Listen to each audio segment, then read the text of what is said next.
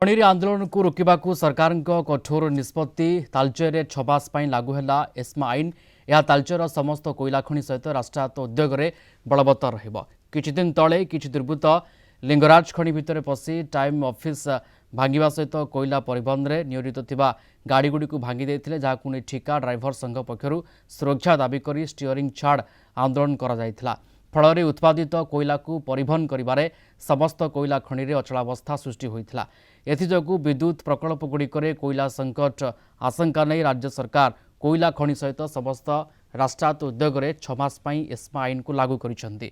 खनि भितर कौनसी आंदोलन किंबा खनि को बंद कले जरिमाना सहित जेल दंडर नियम रही, जहां विरोध करिसेंति कोईला खनि द्वारा विस्थापित होइतिबा गाँ लोके। कौनसी आलोचना नकरी तरबरिया भावे राज्य सरकार एस्मा आईन लागू करने को नहीं क्षोभ प्रकाश करिसेंति तालचेर विधायक। अन्यपटे तालचेर उपजिलापाल कोईला खनि द्वारा सृष्टि होता समस्त समस्यार आलोचना माध्यम समाधान करने प्रतिश्रुति देइछंती।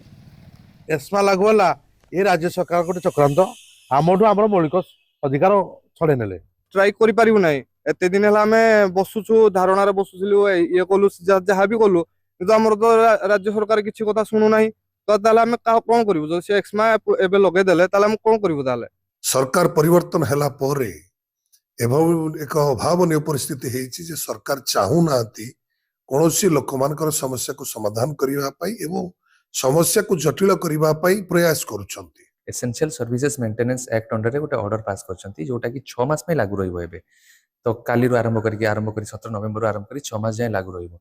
तो या द्वारा कौन हम जो एसेंशियल सर्विसेज रो जो प्रोडक्शन बा सेतिरे जे भी बाधा सृष्टि करिवो सेमान को आईन अनुसार तांकर अगेंस्ट कार्यानुष्ठान निया जाय परिबो।